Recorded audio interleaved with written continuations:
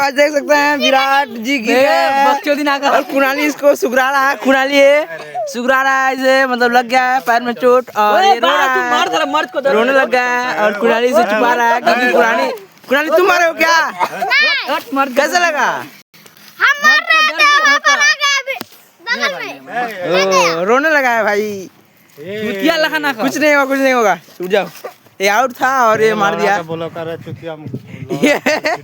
ये भैया देख रहे हो मुझे बोल रहे हैं मैं ब्लॉगर हूँ, गंदा ब्लॉगर हूँ, इसलिए बोल रहे हैं भैया। तो मैं इस सबसे फर्क नहीं पड़ता, मैं ब्लॉग बनाते रहूंगा, आप लोग देखते रहिए और सब्सक्राइब करते रहिए। इस साले को मारे ऐसे लाठी था इसको। हम नहीं मारे। कौन मारा? गल किसे लग गया? अभी विराट जी और ये कुणाली जो है, कुणाली ये मार दिया इसको।